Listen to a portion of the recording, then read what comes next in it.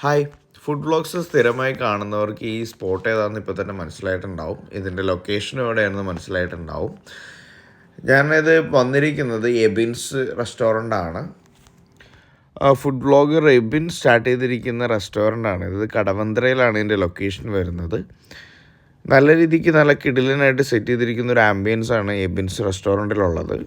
ഒരു food vlogger start ചെയ്തുകൊണ്ട് അവരുടെ ആംബിയൻസ് മാത്രമല്ല, ഫുഡും നല്ല കിടിലനായിരുന്നു. ഞങ്ങൾ ഫാമിലി ആയിട്ടാണ് ഇവിടെ വന്നത്.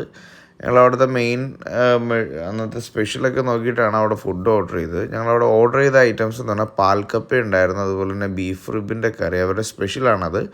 അതുകൂടാതെ പുട്ടും പിന്നെ വാഴയിലിൽ പൊതിഞ്ഞ് അവരുടെ ഫിഷിൻ്റെ ഫ്രൈയുമാണ് ഓർഡർ ചെയ്തത്. നല്ല രീതിക്ക് ക്വാണ്ടിറ്റി ഉണ്ടായിരുന്നു എല്ലാ ഫുഡിനും. നല്ല ടേസ്റ്റും അതുപോലെ തന്നെയായിരുന്നു.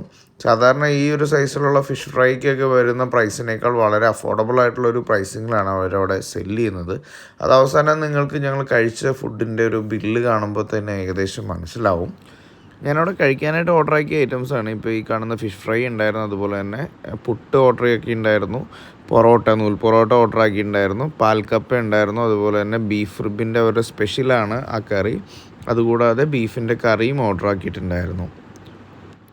അതിൽ ഈ ബീഫ് റിബിൻ്റെ ഈ കറി അടിപൊളിയായിരുന്നു. അത് ആ പുട്ടിൻ്റെ മുകളിൽ അതിൻ്റെ ഗ്രേവിയൊക്കെ ഒഴിച്ച് ഒരു പീസ് അതിൽ നിന്ന് എടുത്തിട്ട് അതൊക്കെ കൂടി മിക്സ് ചെയ്ത് കഴിക്കാൻ നല്ല ടേസ്റ്റായിരുന്നു. ഈ ബീഫിൻ്റെ റിബ് ഈ പുട്ടിൻ്റെ കൂടെയുള്ള കോംബോ അല്ലാണ്ട് പാൽക്കപ്പയുടെ കൂടെയും നല്ല ടേസ്റ്റായിരുന്നു. ഞാൻ അങ്ങനെയും ട്രൈ ചെയ്തിരുന്നു.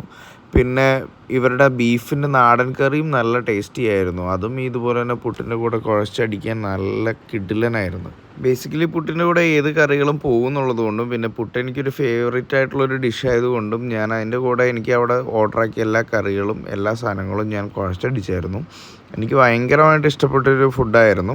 നിങ്ങൾക്കും ട്രൈ ചെയ്ത് നോക്കാവുന്നതാണ്. പിന്നെ എൻ്റെ ടേസ്റ്റ് നിങ്ങൾക്ക് ആ ഒരു രീതിക്ക് തന്നെയാണോ ഇഷ്ടമെന്ന് അറിയില്ല. നിങ്ങളൊന്ന് ട്രൈ ചെയ്തിട്ട് നോക്കുക. പലർക്കും പല അഭിപ്രായങ്ങളുണ്ടാവും. നിങ്ങൾക്ക് ഇഷ്ടപ്പെട്ടിട്ടില്ലെങ്കിൽ അത് കമൻറ്റിൽ പറയാം. എന്തായാലും ട്രൈ ചെയ്ത് നോക്കാവുന്നവർക്ക് വേണമെങ്കിൽ ഗൂഗിൾ മാപ്പിൽ ലൊക്കേഷൻ അവൈലബിൾ ആണ്. കടവന്ത്രയിലാണ് ലൊക്കേഷൻ. ഒന്ന് ട്രൈ ചെയ്ത് നോക്കാവുന്നൊരു സ്പോട്ടാണ്. ഓക്കെ.